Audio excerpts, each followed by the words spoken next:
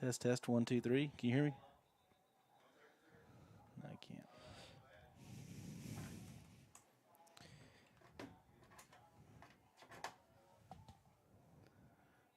Test, test, test. Can you hear?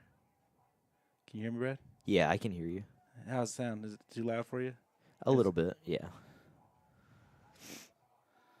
All right, test, test, test, test, test.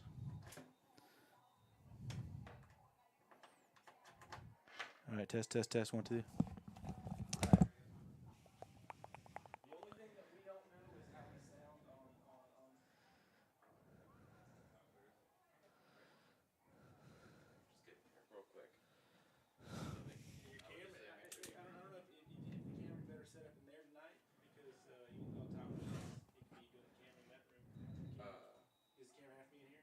It's just best for like wide angle to get both the goals in the one shot.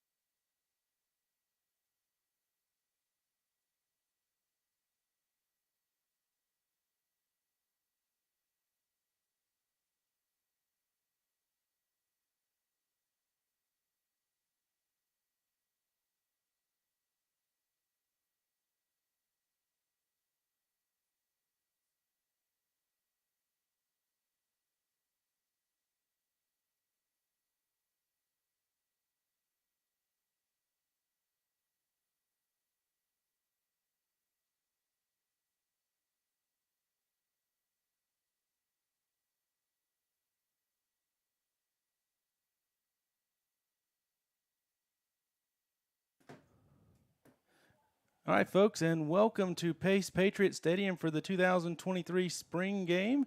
Here, of course, live. I'm the mayor of Pace Football, Wes Meath, along with Brad Smith. Brad, welcome to the booth. Yes, sir. Thank you. Thanks for having me on, and it's a pleasure to do Pace Football once again. All right, so we're here at the annual spring game, and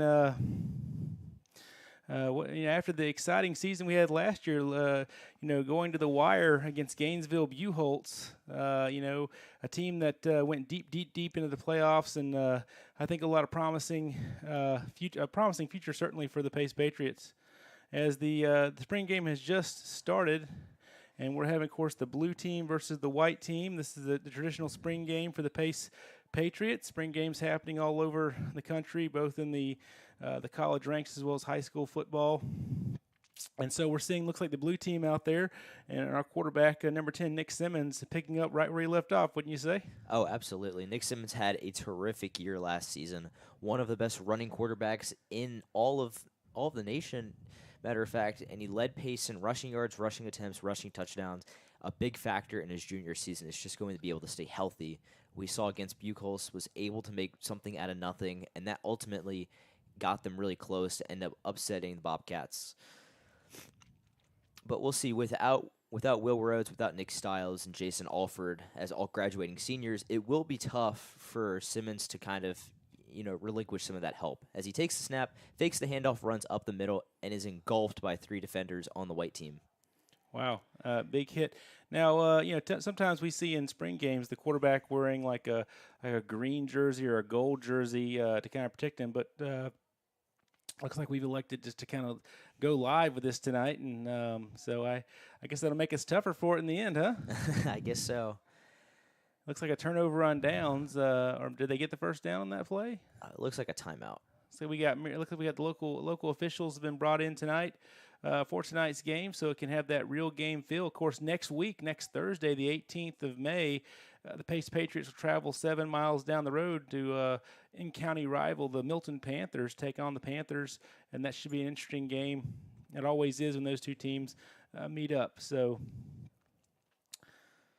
Simmons does come off the field after his first series with the Patriot offense, and now it is the blue versus white team once again, led by quarterback number 9, Joey Galino.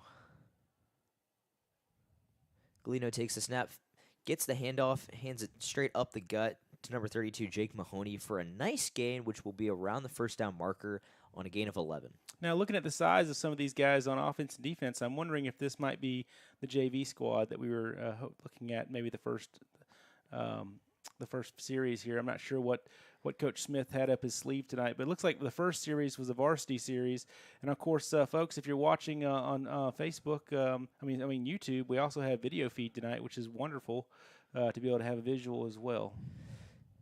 Galino takes a bad snap and gets hit hard in the backfield by number 30, Kendon Caven. Excellent play by Caven right there, but a horrible snap. And this is typically what you'll see in these spring games where they work out the kinks and get ready for the upcoming season. Yeah, Galino, definitely, we didn't see him on the varsity last year. Must have been a JV player, and he, of course, getting his reps, and that's what it's all about, to get those reps. And he's taking the call from the sidelines. You never know. You could have a quarterback, Simmons or something, could go down, and he might be your guy. And so sort of the San Francisco 49er model. Absolutely. Who's got next? 2 receivers to the left, 1 receiver to the right. Galino in the backfield. Takes the snap, fakes the pass, and throws it up in the middle and almost intercepted by number 57, Hayden Jackson. Yeah, Hayden Jackson wishes he could have that back, dropping that pass. But Joey Galino's first pass here in the spring game is going to fall innocently to the turf, and so he'll be 0 for 1 for the night. And it will be interesting to see how, if Galino does get a lot of playing time in this upcoming season, how Pace's offense will change. Because, as we know, with Simmons at the helm, very run-heavy type offense. But with Galino, we could see more of a spread offense or even a West Coast type offense. As Galino gets ready for the sack, puts a man in motion, hands it off to number 33 once again. Chris Homer takes it up the middle on 3rd down, and it's short of the first down marker. He's going to be stopped around the 35-yard line. And so when we think about last year's team, that was very, very impressive. One thing that we talked about at the end of the game last year at Buchholz was some key pieces will be missing, especially in the kicking game. Reese Griffith, what do you think about that?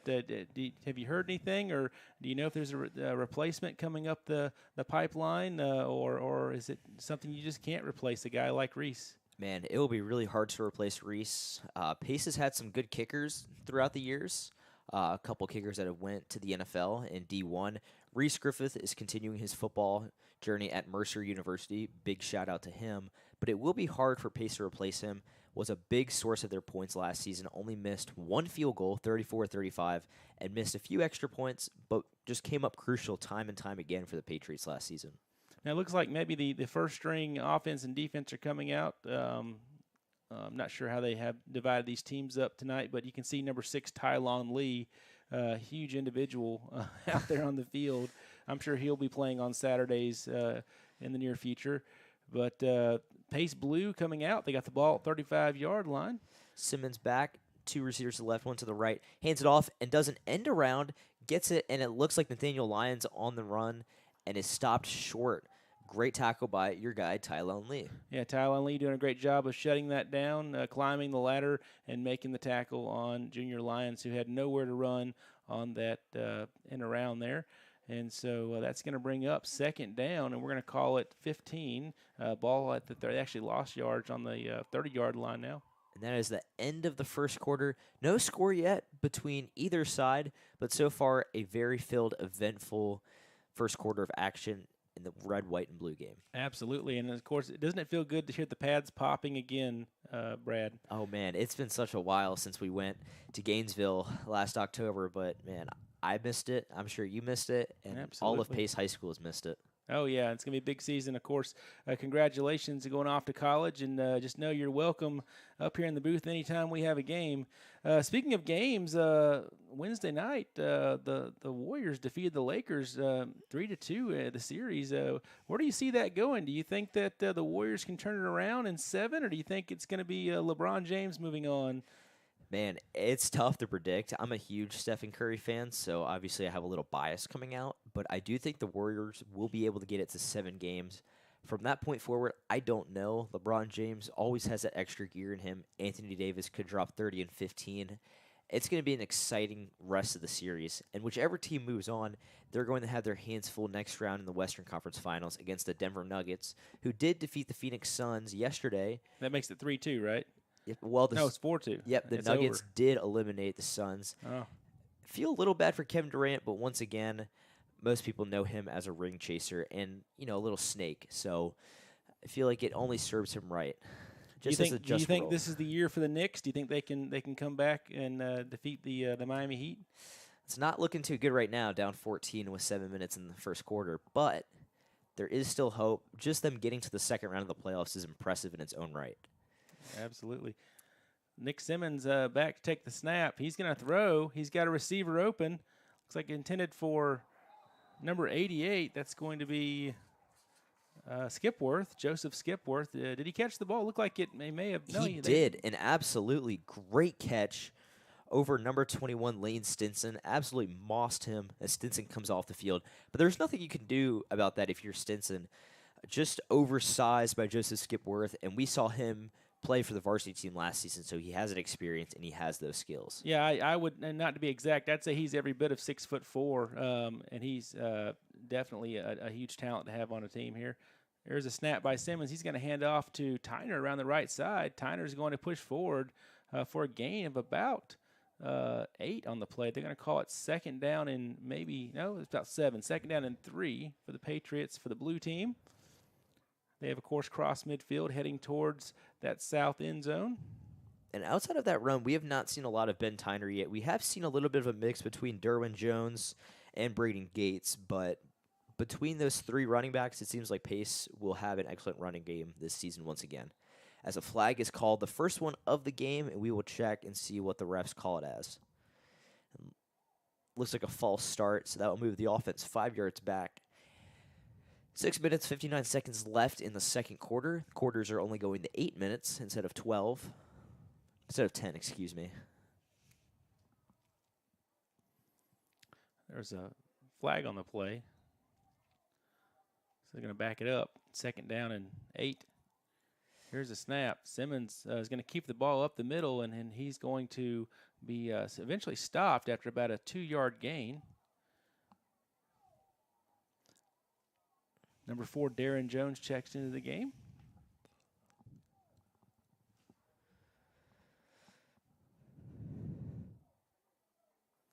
Interesting. I wonder why the blue team and the white team didn't line up on opposite sides of the field. Not sure.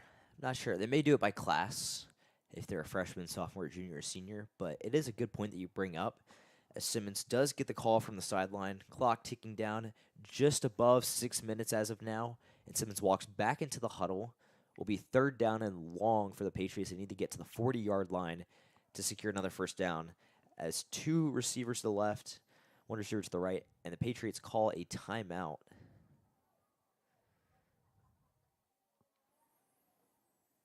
All right, so back to the NBA, as we were talking about. If it goes to Game 7, looks like it's going to be at Warriors, so to be in San Francisco if it goes to a Game 7. Does that really matter in the NBA? Home field advantage in the playoffs? It's going to be electric either way. But Oh, absolutely. Yeah, and it just goes to show how important the regular season is, because the Warriors were the 6th seed, Lakers were the 7th seed, and having that extra game at home, if it gets to a Game 7, they'll be rocking at the Bay Center, and I'm extremely sure that Steph Curry and Klay Thompson will not go home in a winner-go-home game in front of their home fans. yeah, that would if that did happen, some might say that could be the beginning of the end of the dynasty at that point. But it's almost like 2 aged heavyweights slugging it out in a pivotal prize fight there. LeBron James and the Warriors. Here's a snap. Simmons up the middle again, decides to keep the ball. He does that so well. And from your vantage point, does it look like he got the 1st down? Maybe. Looks like they're going to spot it just short. They're bringing out the marker, and it looks like they do give him the 1st down. All right, so we're going to move the sticks. No score tonight. 5:51 left in the 2nd quarter of action, as we'll call it, and there's 0-0 blue and white game here.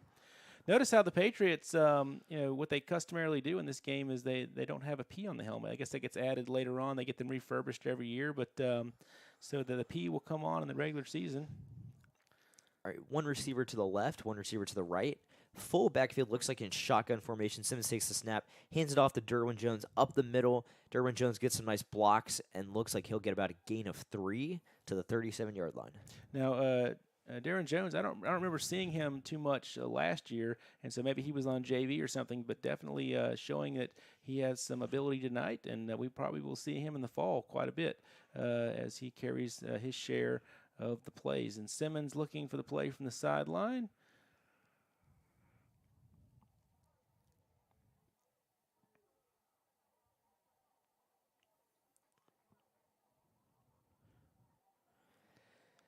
Simmons and the Patriots get ready on offense. Trips right, 1 tight end to the left. Simmons low snap, going to hand it off to number 44, Tag Strickenberger. Strickenberger looks like he'll get tackled pretty early at the front of the line, and it's going to be 3rd and long once again. Number 7, Carson Lowe, also in on the stop there. And so that's going to bring up 3rd down, as you said, and long for the Blue Patriots.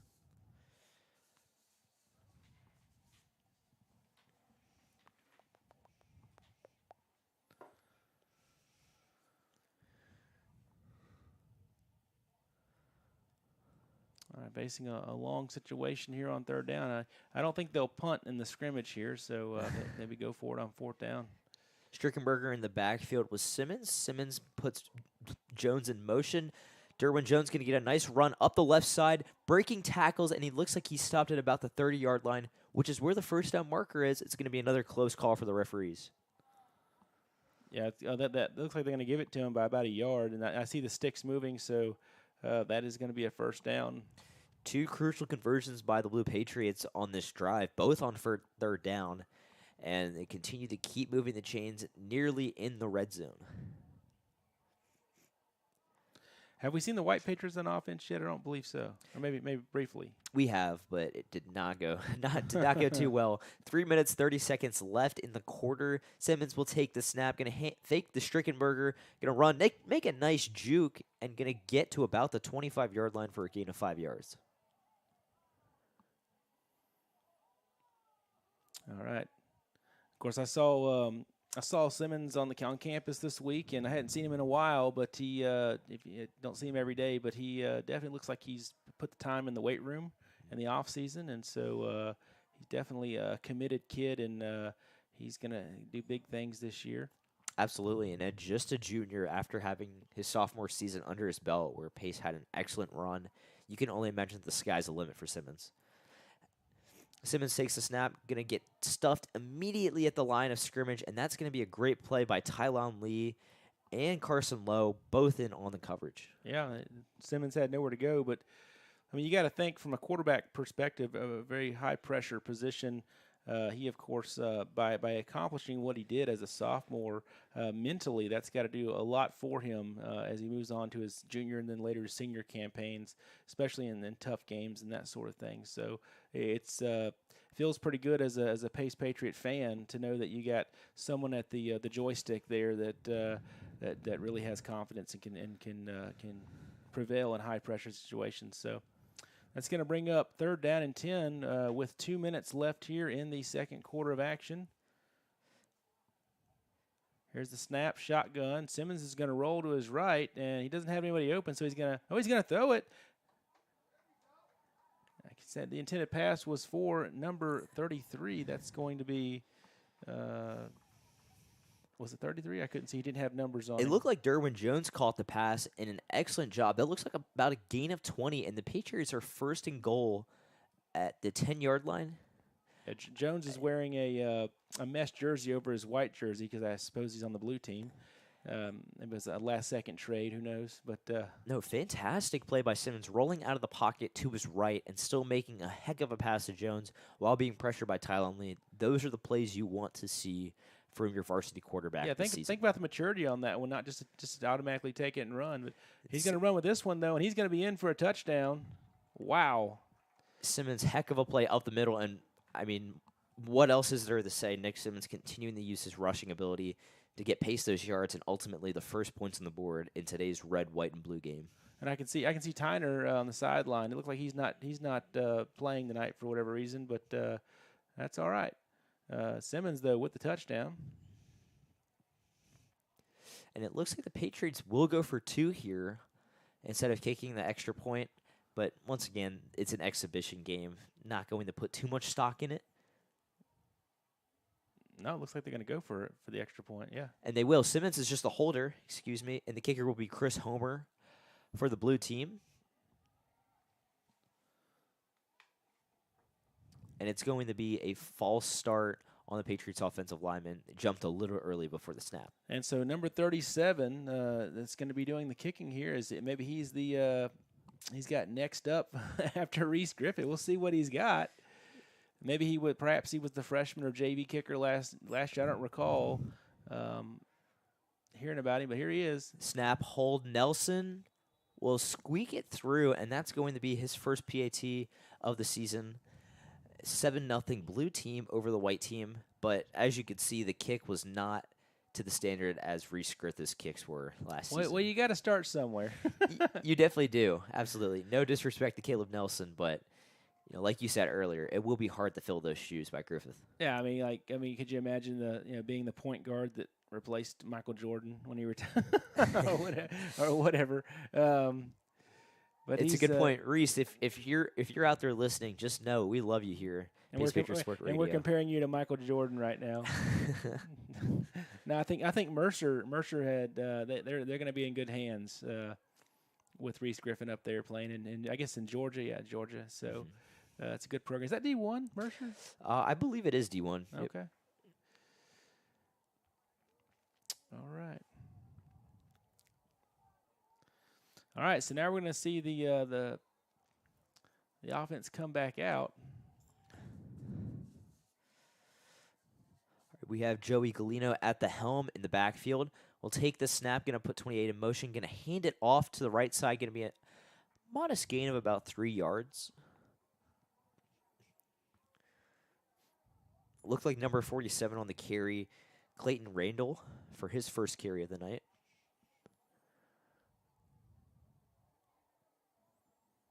A right tackle, number 79. What a huge kid you can see from here. Looks like he's going to be very promising moving forward.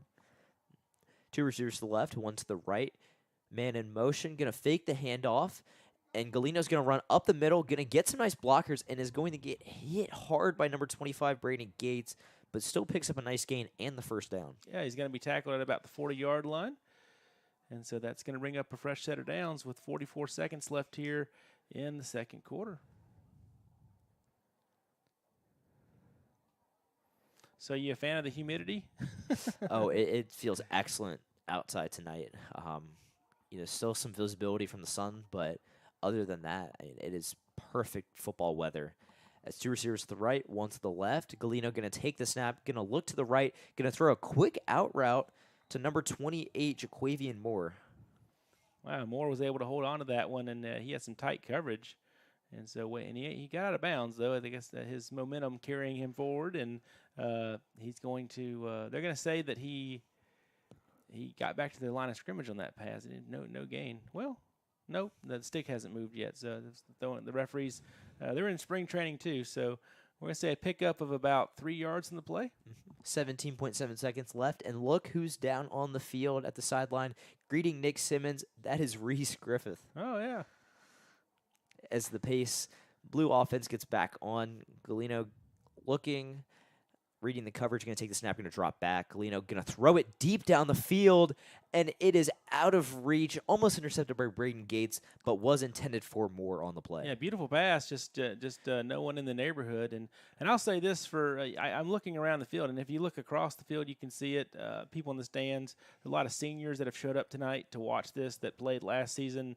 And I have to imagine that this is the first real time that they've reflected. You can see the team out there, and you're not part of it. And that definitely hurts. Football is one of those things that when it's over, it's over. I guess you can play golf until you're well up there in age, but football is one of those things that once you're done, you're done. And you can definitely see some of those seniors down there wishing they could have one more snap. Here's the snap, though, to Galino, and he's going to look to his left, and he's got a little bit of pressure. They're going to flush him out of the pocket. Woo! It gets batted. He tried to throw the ball, number 32. Nice deflection by Jake Mahoney on the play. Yeah. And so it's a good play. He can see Mahoney wishes he could have brought that in and taken it for 6.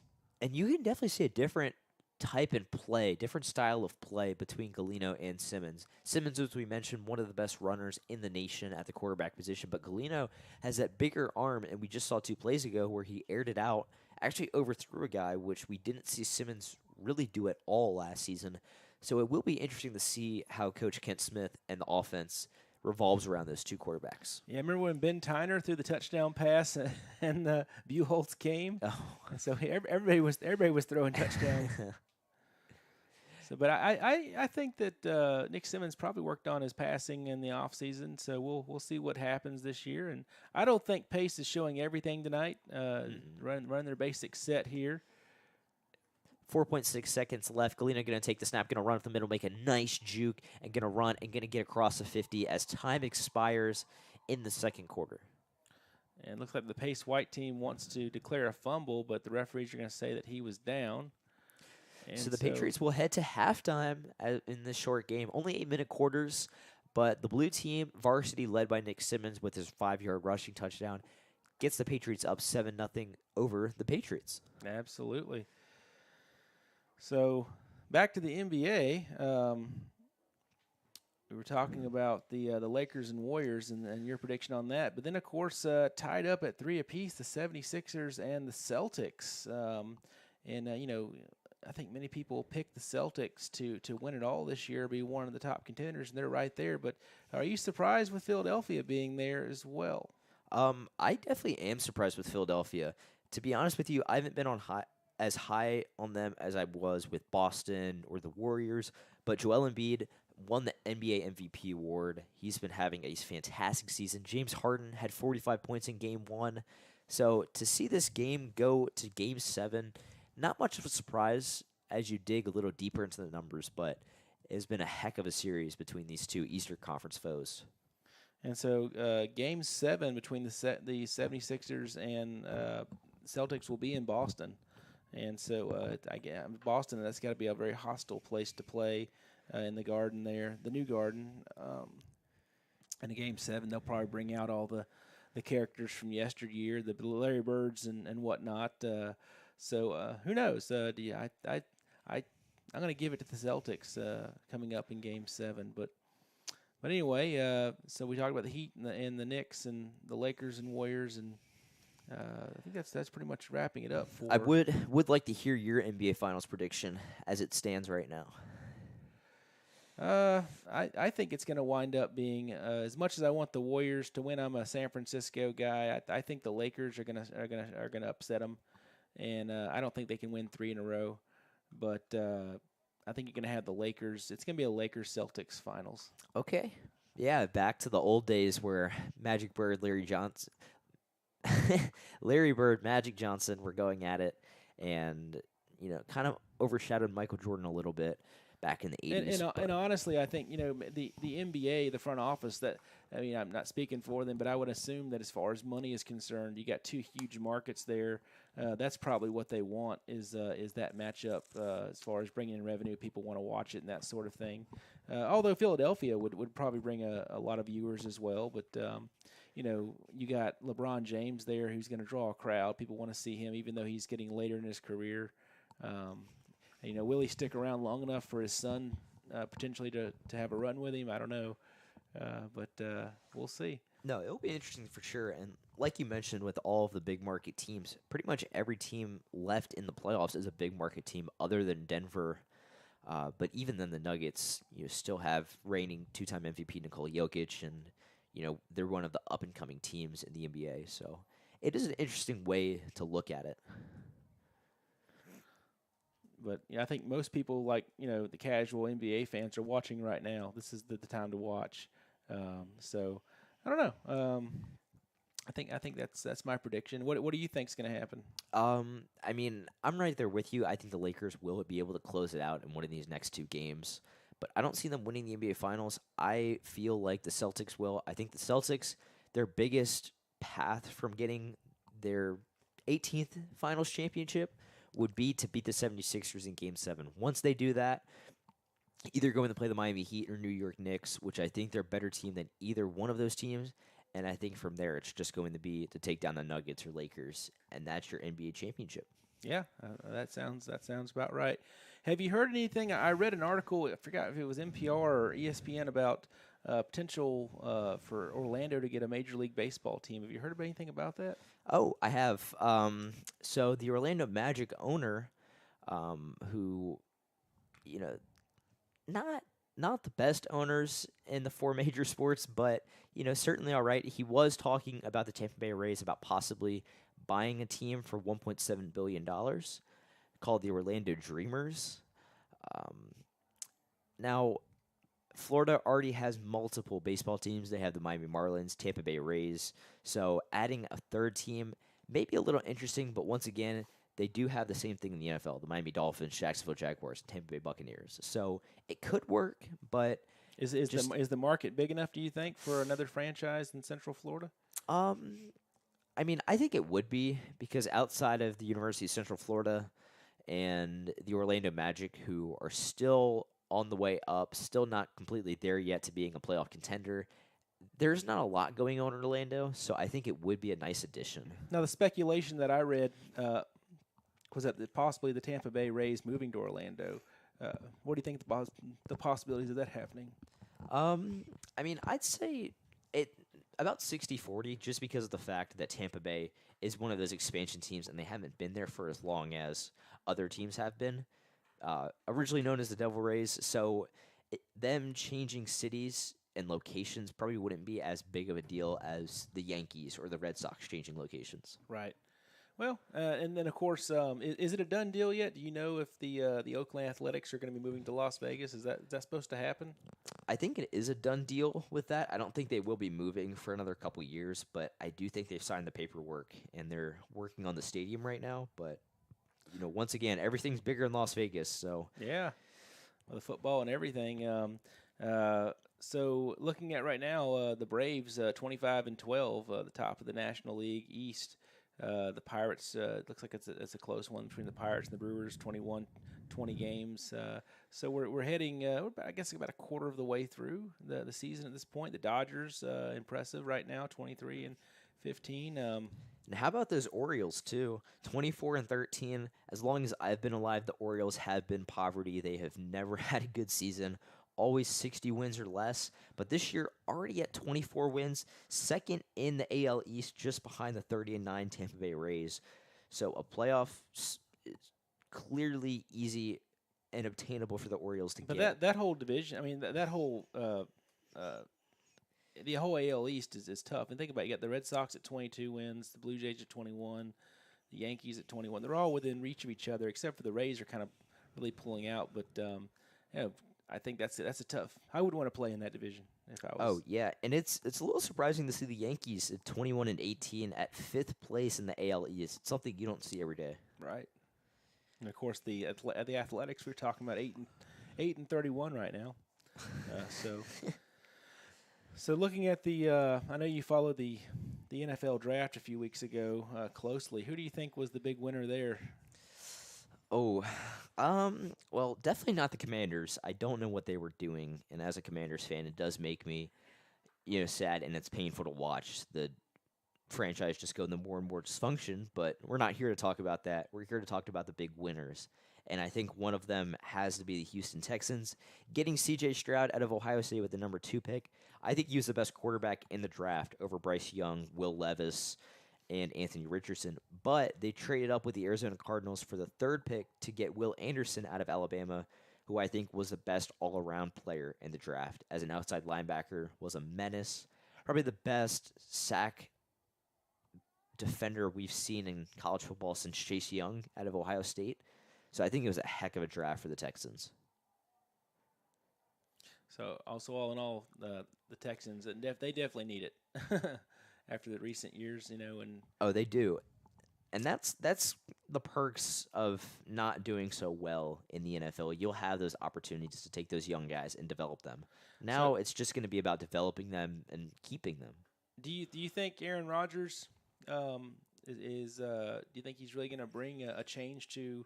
I think that's the story of the offseason right now is Rodgers going to New York. Do you think he's going to bring change to that organization, or do you think he's almost going to mirror what happened with Brett Favre? Brett Favre was competitive when he went to the Jets, but he wound up moving again to play for the Vikings in Minnesota. Do you think that this is a short-term deal that it's not going to amount to even a Super Bowl like Tom Brady going down to the Buccaneers? Do you think it's a big deal, or do you think that he has the supporting cast with the Jets that could help him win a championship? I mean, I think from the Jets standpoint, this is a franchise-altering move. They've never had a great quarterback since Joe Namath, since Brett Favre. Those have been those 2 quarterbacks really stand out for the Jets. The Zach Wilson experiment failed after drafting him number 2 in the 2021 NFL draft. So getting Rodgers is a huge help, especially in the competitive AFC East. With this said, I don't know if it will bring them a championship. I don't think it will, to be honest. The AFC is just way too competitive, and then you have the Eagles and the 49ers and even some other teams like the Cowboys who finally may break through in the NFC. So their path to a championship is extremely hard, but if there's any quarterback in the league that can do it, that can bring the Jets to a championship, it's Aaron Rodgers. Yeah. Well, I think you're right, but I think that's going to be one thing that people are going to watch closely next year, for sure. Do you think the Dallas Cowboys had a promising season, fell short in the playoffs? Do you think that they will find a running back that can carry the load? Well, I'm not a huge fan of the Cowboys, so once again, my bias is coming in. However, I think it's just now or never for the Cowboys. They're paying Dak Prescott so much money to the point where They've had to cut other players. They've had to cut Ezekiel Elliott. They've parted ways with Amari Cooper last season. And those are great skill position players. Just to sacrifice how much money you're paying for Dak Prescott, who's been playing at about a top 15 quarterback level in the NFL, which is just something you're not getting your money's worth. All right, and there's the whistle, the scoreboard going off, and so we're going to start the second half of play. I tell you, that first half went by quick, Brad. I'm not sure what the maybe the band wasn't here. I don't know. But, yeah, I know. It was crazy. Definitely some of the games going back to last season, especially the game against Milton for the Battle of the Bronze, seemed like it dragged on for hours, but in the best way possible. There was one game, I forget what was the game that we were here like at 1 a.m. It was still going. West Florida Tech. There was a rain delay. Yep. That was that was where it was 42-14. Simmons had like 5 touchdowns and it was a blocked punt for a touchdown. And remember the school we played from, like, it was Jacksonville that we couldn't even find it on the map where it was, but they showed up and they wore purple uniforms and we played them. I know. Were you here for that game? Good times. I was. Okay. Yep. I forget the name of the school. Nothing against them, but I've never seen a team in high school with purple uniforms, but they had it, and they played hard. Yep. Here's the snap. Simmons starting off the second half of play, handing the ball up the middle, and the white defense is going to sniff that one out. And Tylon Lee, among others, in on the tackle. Carson Lowe, and that's going to be a gain, they say, of 1. So second down and 9 on the play. Braden Gates getting a lot of opportunities in this game, which is obviously what you want in a spring game with this atmosphere, but it is encouraging to see him get a lot of touches and kind of give Ben Tyner some more of that rest, some well-earned rest after a career year last season. Yeah, absolutely. And Tyner, he's only a sophomore. He's gonna be a junior, but and Tylon Lee is also gonna be a junior. Simmons fakes the handoff, gonna run up to the left side, gonna make a couple jukes, and before he gets tackled by once again Tylon Lee, who just seems like he's all over the place tonight. Third down and long once again for the Patriot Blue, as we've seen. But on that last touchdown drive, 2 big conversions on third down that ended up leading to the touchdown run by Simmons. So we'll see if the Patriots can continue that once again. That's third down, and we'll call it 5. 6 minutes and 48 seconds if you're just joining us. Patriot, the blue team, heading towards that south end zone, towards Florida Town. Looks like there could be an offsides. No. Simmons has a hard count to get the Patriot white to jump off sides. No cigar, though. Going to reshuffle the offense. Simmons is going to hand it off to Braden Gates before he's tackled by Tylon Lee once again. That's a huge loss in the play. It's going to be up 4th down and forever. So they're actually going to say he was tackled at the 45-yard line. So with that, we're going to flip the field around. I guess we're not going to punt tonight. We're just going to act like we're punting. So it'll be blue team ball. And once again, now we will see Galino and the JV offense back on the field for the Patriots. Hopefully they get their first big drive of the season, or of the game for that matter.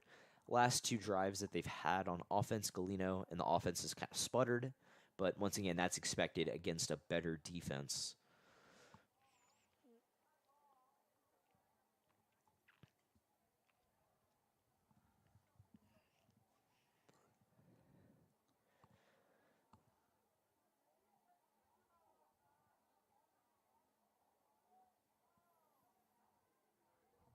So Pace comes out, 1 receiver line on each side. And here's a snap. Galino takes a snap. Not a great snap. Going to run to his right to evade pressure and just going to look like he's going to carry it and gets lit up. What a tackle by number 25, Braden Gates. What a huge hit on the play. Wow, and that's the name that we called out quite a bit last year, but wow. He didn't expect to have that one. I know. You never want injuries in any type of football game, but especially in a spring game where your own guys injure your own guys. But once again, those are the hits that get your team hyped, get your teammates hyped up, and ultimately change the flow of a game.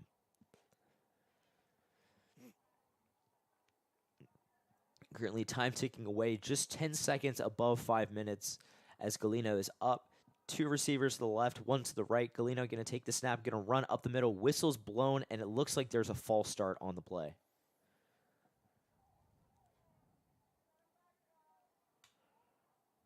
It's going to be on the offense.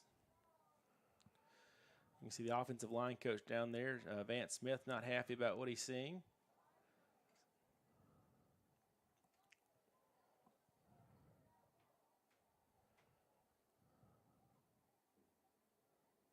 Interesting to see these lights on, these stadium lights on tonight. In the next 30 minutes, the Formosa termites should be coming out. If you've seen those in the area, it's been one of those things in the last 20 years that really come about. But here's the snap, shotgun formation, handoff number 43 around the left side. He's got a little bit of running room. My goodness, he's going to fight forward, gain back that penalty and more. They're going to say he was brought down around the 37-yard line. First carry by Amir Lee tonight, and a great carry. It looks like it may get enough for the first down or be a little stopped. But once again, first touch and could not have gone any better for Lee. Yeah, and Amir Lee, great kid in the hallway. He's a great student, and so I'm glad to see he's getting some positive yards and getting a look tonight on offense. Galino back in, looks like shotgun formation, going to fake it to him once again and going to run up the gut on third down, and that's going to be more than enough for a first down. Was that Galino on the carry? No, it was Galino on the carry. It was a fake to number 43, Amir Lee.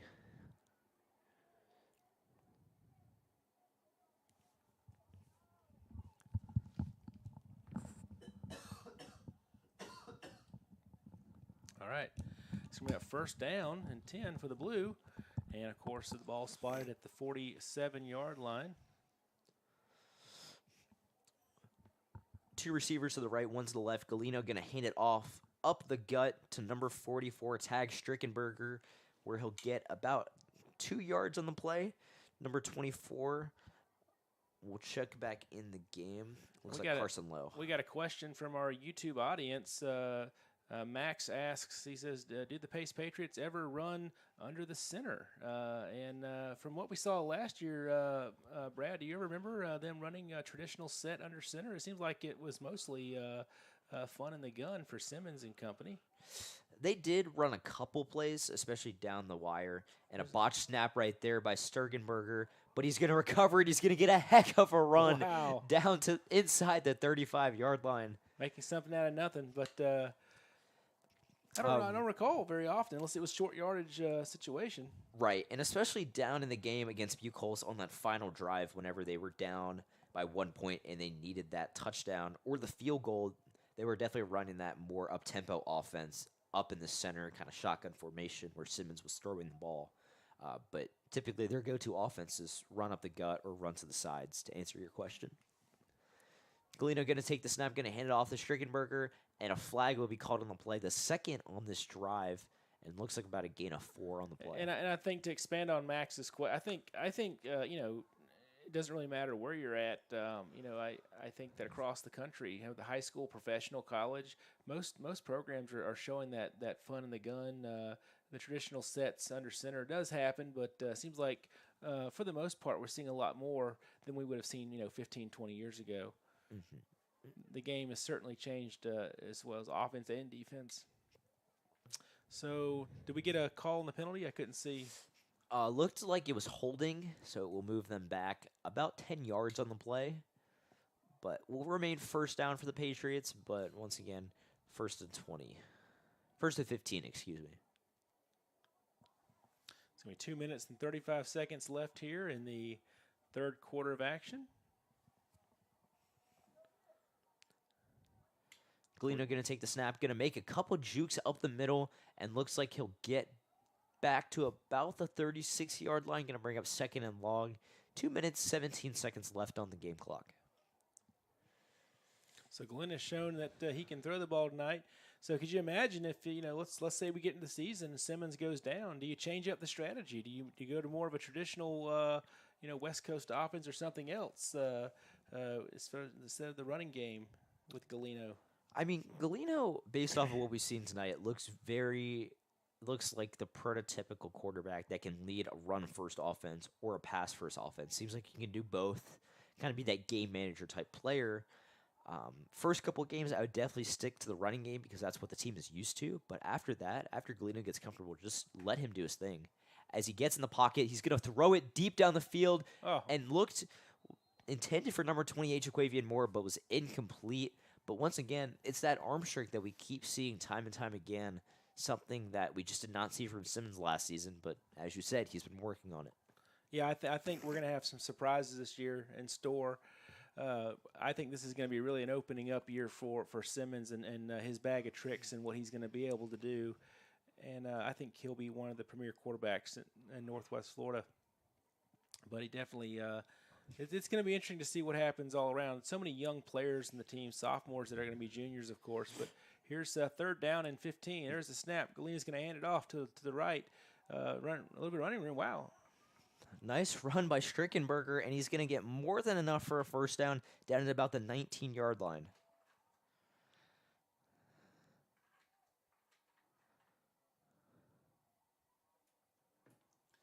And that'll be a first down, of course, for the Blue.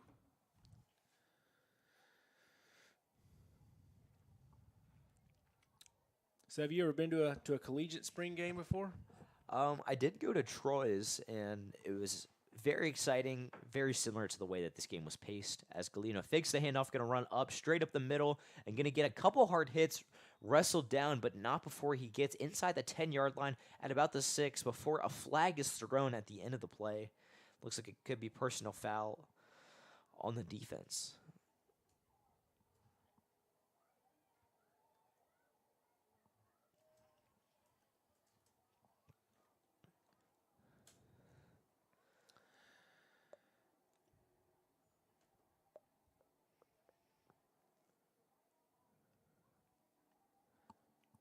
Just about 56 seconds left in the quarter as Galeno gathers his offense to the huddle. Meanwhile, the Patriot defense gets ready for their next assignment as Braden Gates does come off the field for the white team. All right, looking at Troy, though, they've got Southern Miss in November. Wow, they're going to play Southern Miss. And they got Army. Both should be very good games for the Trojans. They do have fifth-year quarterback Gunnar Watson returning for his final season of eligibility, so we'll see how they do, but they did lose Carton Marshall, the all-time FBS leading tackler. Wow. As Galeno does give the handoff, and it looks like it's going to be just short at about the 1-yard line for the blue team, looking to try and get on the board and tie the game as clock is ticking down. Just 22 seconds left for the Patriots. Second down and goal for the blue. Outside of the is James Madison in the Sun Belt? No, I don't think they are. Nope, they are not. They're going to play Kansas State. Wow, if Kansas State was hot this year, I think that would be if Troy could beat them. That'd be definitely awesome game. Galeno going to hand it off straight up, and it looks like it's going to be in for the touchdown. Strickenberger with it, his first touchdown of the spring game, and it's going to be 7-6 blue team. But once again, heck of a drive by Galeno and the blue offense to be able to get on the board and overcome some penalties on that play. And overall, it was just a solid drive by Galeno. A lot of great leadership and maturity shown. Absolutely. And so just like that, I guess that'll make it 14-0. Here comes Simmons out on the field.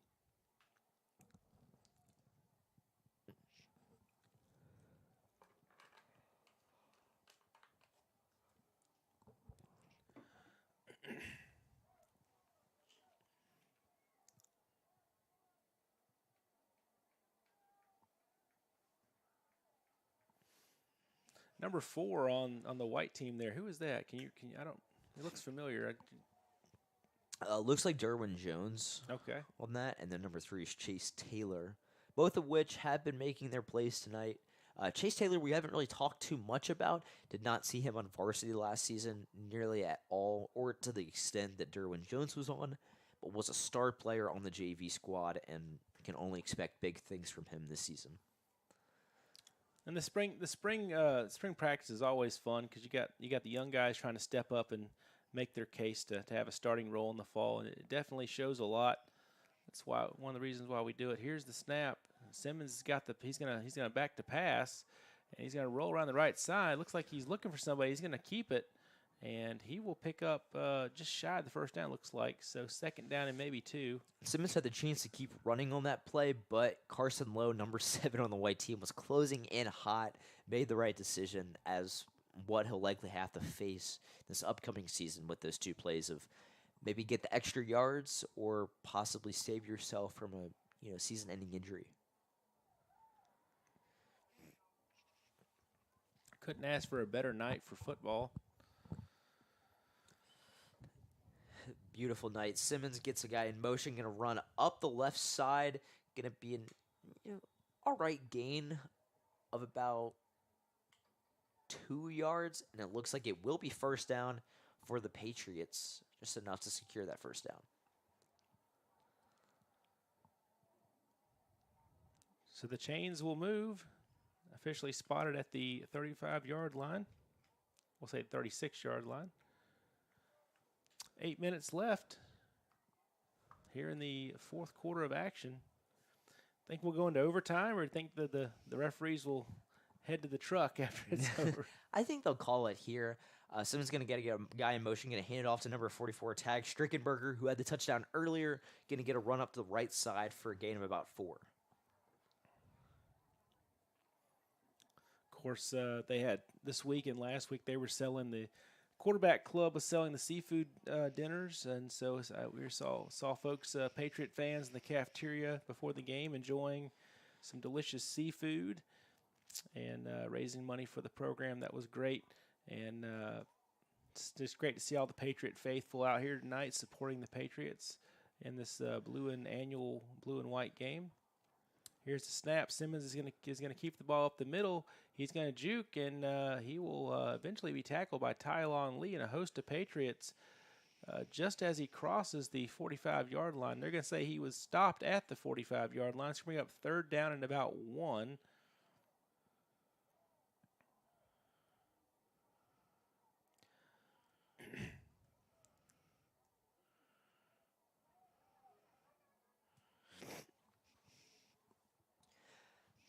I don't know if it's technical issues, but the scoreboard has not changed. Still 8 minutes on the clock, but I'm sure they will have that fixed soon. As Simmons gets the snap once again, going to roll to his left side and going to get up at about the 48-yard line. Looks like it will keep the chains moving for another Patriot first down. All right, we had a question from one of our viewers, Martin. He says that typically he's used to seeing the P in the middle of the field. Is that something that Pace no longer does? And I think for the spring game they saved money on the paint, and you don't see the traditional P out there right now, Martin. But I think if you come back in the fall, it'll be back out there. But this is just sort of you notice there's no P's in the helmets either. Here's the snap.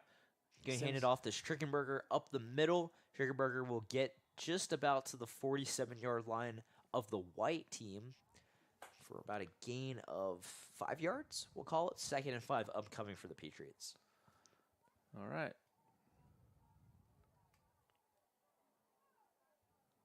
And, of course, don't forget next week at Haywood Hanna Panther Stadium over in Milton, Pace Patriots will play the spring game. And so that'll be always a interesting affair there with those two teams going at it.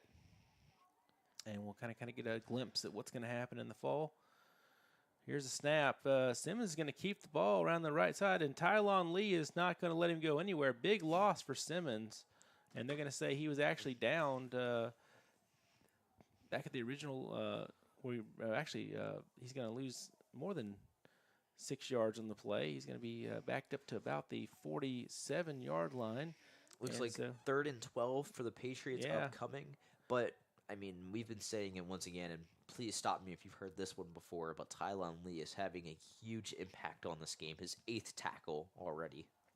Yeah, I think you're going to see offensive coordinator scheme to keep the ball on the opposite side of Tylon Lee this year.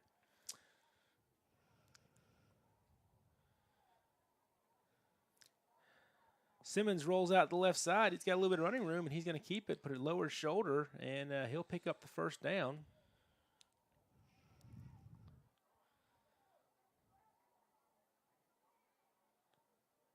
Looks like from our vantage point that Simmons has decided to decorate his left arm with different colored tape.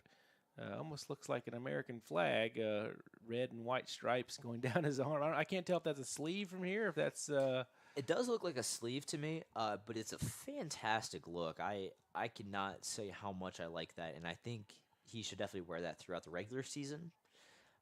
It is an excellent look on Simmons, and it's subjective to say if he's played better than not, but who knows? Simmons is going to hand it off to Nathaniel Lyons up the middle, and that will be a gain of about 4 or 5 yards to the 36-yard line.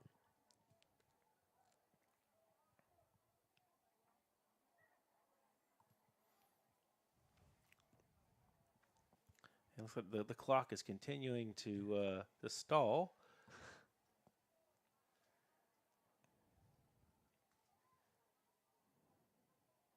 Well, worst thing comes to worst, we'll just see more football, which you can't complain, especially here in Pace, Florida. Simmons will break the huddle for the Patriots. 2 receivers to the left, 1 to the right. Strickenberger and Lee up in the middle. Simmons going to throw it deep up the middle of the field, and it's going to be caught for a touchdown by Joseph Skipworth right up the middle. 36-yard touchdown pass from Simmons to Skipworth. What's interesting about this game is trying to keep track of who's winning. It seems like the offense has been the blue team the whole time. Yeah, and whenever you said 13-0 after I said 7-6, I was a little confused, but it does seem like there are 2 blue teams. Yeah, just 2 white teams. I'm not sure. I'm not sure how this makes any sense because they. And fans at home, we still are learning. We're not perfect, but that's 2 touchdowns for Simmons on the night. The first one on a 6-yard run, and the second one on the 36-yard touchdown pass to Skipworth. Our second look at an extra point here by number 37. Oh, high snap. Here's the kick, and it'll be a line drive, but they're gonna say it's good. He's got 2 in a row tonight, so at least he's consistent. Yep, Jake Mahoney looking good so far, 2 of 2, as you said, and that is the 3rd touchdown of the game. 2 by the offense led by Simmons, and 1 by the offense led by Galeno. I know that Milton years ago had a kicker, Lawrence Tynes, who played for the Green Bay Packers. He played for the not the Packers, the Chiefs, as well as the Giants. Won a Super Bowl. The Giants, 2 Super Bowls, and he was playing soccer for Milton High School. As Coach Mike McMillian told me, he discovered him on the soccer field at Milton and invited him to kick, and the rest is history. So if you want a kicker, go visit your local soccer field. And that's where Reese Griffith got his start as a kicker. His dad was the coach, soccer varsity coach at Pace, and ultimately chose football over soccer. And, I mean, certainly worked out for him.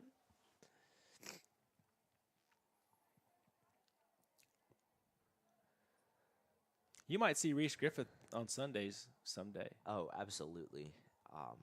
I'm sure if he continues to work and with his hard work ethic and discipline that he has in place, I'm sure it's only a matter of time for him before he starts kicking for one of the teams in the NFL. So the offense, led by Galeno, would be back out on their 4th offensive drive of the game. First 2, very uneventful, ended up being turnovers on downs. The 3rd was an excellent 75-yard drive that resulted in a touchdown pass by Galeno. And now is the start of the 4th. We'll take a run up the left side, and we'll get a solid gain of about, we'll call it 9 yards. 2nd and short for the Patriots. And we have started the clock, so I guess we got bonus time there. All right, so again, you said 2nd and 1 there. The ball spotted about 35-yard line.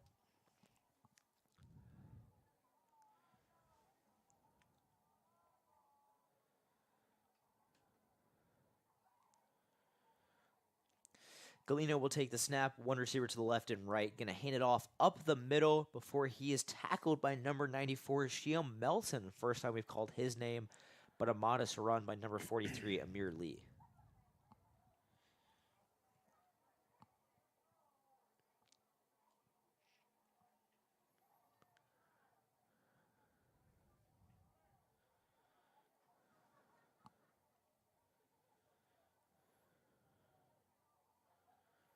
We got 1st and 10. after the Lee run.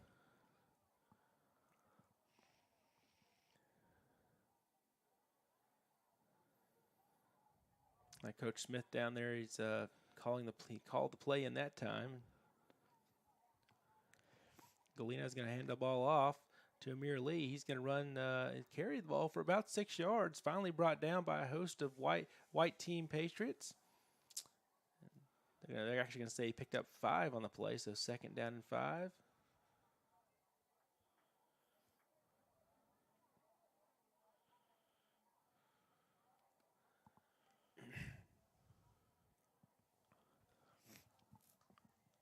Second down and 5, about 6 minutes and 20 seconds left in the game.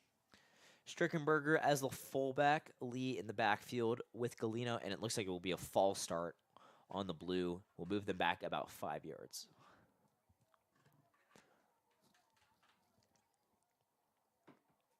Well, better to learn those lessons now than 4 months from now.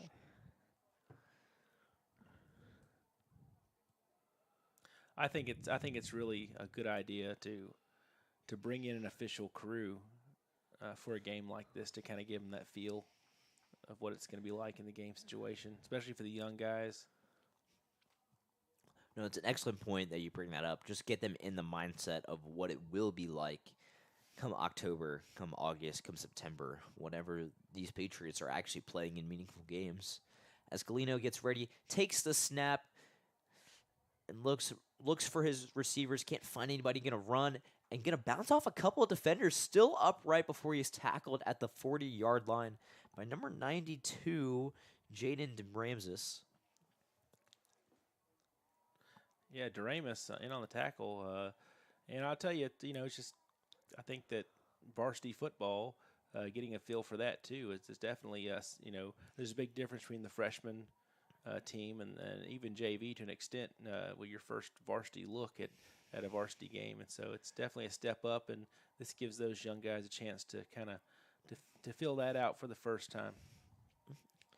2 receivers to the left, 1 to the right. Strickenberger in the backfield, going to fake the handoff to Lee, and is going to run up the middle is Galino. Well, he'll get a nice gain past the 45-yard line at about the 46. There's a flag on the play, though.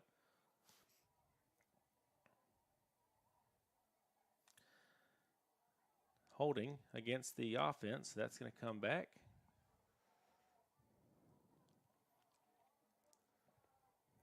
You can see the Coach Smith, the offensive line coach, giving someone an earful down there. Even in May, you'll still hear Coach Smith, find something to get his players to improve on it, and that's what you want in a coach, regardless of the level that you're playing at. So now it's going to be 3rd down and 11. What was a go-ahead 1st down? It's a 3rd down and 11 after the penalty. 4 minutes and 40 seconds remaining in the game, as Galino will break the huddle for the Patriots. As you said, 3rd down and long for the Patriots at about 10 yards. Strickenberger and Lee in the backfield. Galino going to take the snap, going to look right, going to roll to his right before he is taken down by number 55, Jake Mahoney. His first sack of the game, and the first sack of the game by either team. And Mahoney's also the kicker, right? I believe so, yep. I mean, making plays on defense, special teams, and that's what you want to see. You want to see those versatile players, especially as plenty of seniors are departing. I wonder if he's the punter, too. Who knows? And we're going to switch things up now. It looks like the varsity offense will come back out on the field. Let's see if Simmons will do the honors. Has he got one more series left in him?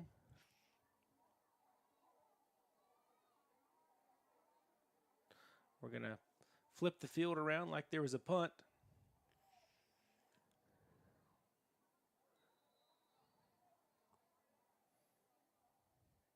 How about the Florida State Seminoles coming up for this? They're going to start the season off on September 3rd with the game against LSU. Some fireworks. Should be a good game, and they started that off last year as well. Yeah.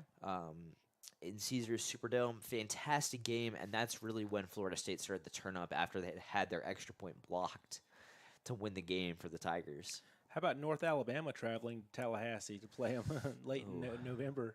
Oh man, it's gonna be interesting for sure. It will be interesting to see how the Florida State-Florida game goes. Without Anthony Richardson at the helm, will it be Jack Miller for the Florida Gators? Who knows? We'll have to see as the season goes on. But we do know Florida State will have Jordan Travis, who projects to be one of the top quarterbacks in the nation.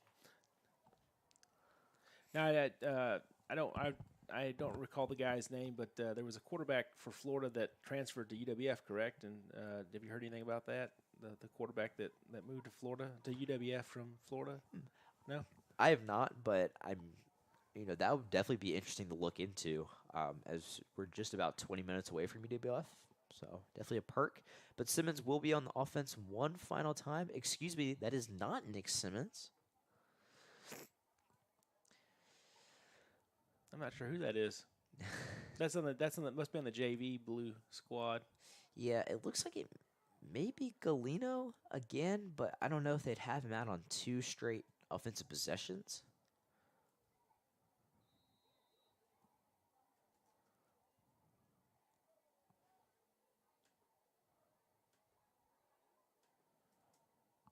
Regardless, takes a snap, going to run up the middle, going to make a couple jukes, and he's going to lose a football, and it's going to be a fumble, and they don't realize that it was a fumble, and he's going to get it back, and they drop it yet again.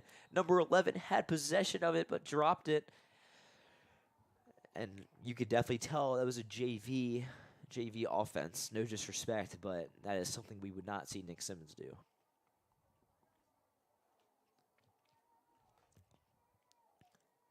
Just miscommunication by the quarterback and his running back that caused the fumble. But once again, it's all part of a learning experience, and rather do it now than later.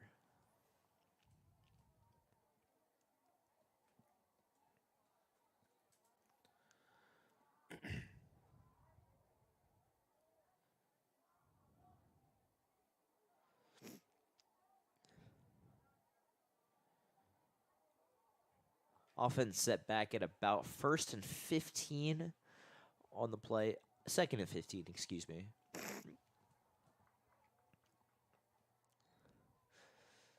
He's going to take the snap, and miscommunication at the offensive line once again. Looks like a false start as the ball was snapped, but Galino did not flinch.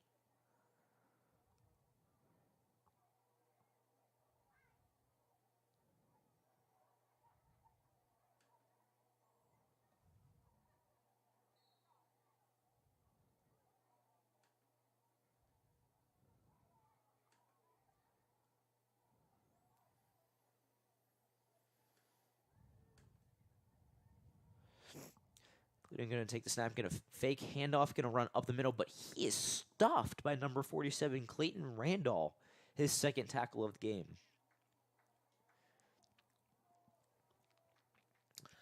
Running clock, 3 minutes left here in the 4th quarter of action. It looks like we're going to have a mass substitution there on the offense. Interesting to see what we're gonna do here. Maybe see a trick play or something here as time winds down. 2 receivers lined up. Here's a snap. Wow. Going to hand it off. Nice run by number 29, Kenan Caven of the blue team. It will bring up about 3rd down and 6 for the Patriots. Time continuing, then click down at 2 minutes and 24 seconds.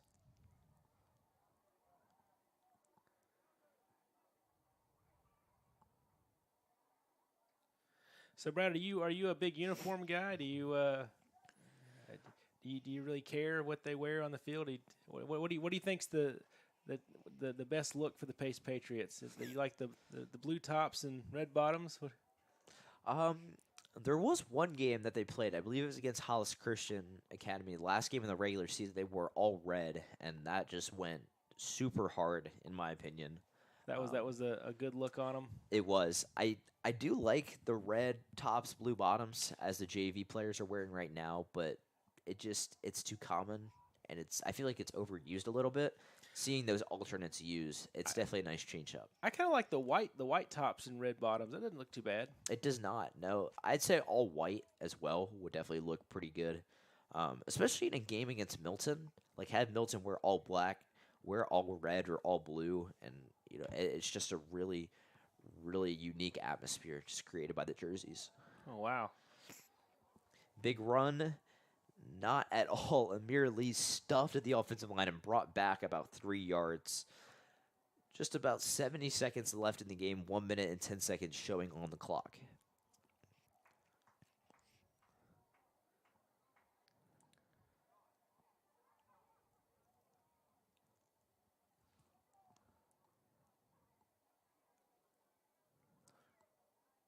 Yeah, that's blue on blue, blue pants and blue tops. It wouldn't be bad for pace.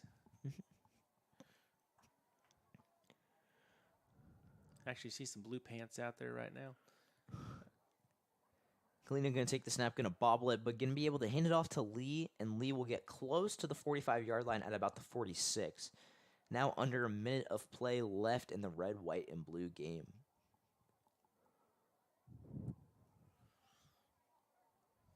Well, it's been an interesting look so far. Second down, and we'll call it 5 for the blue.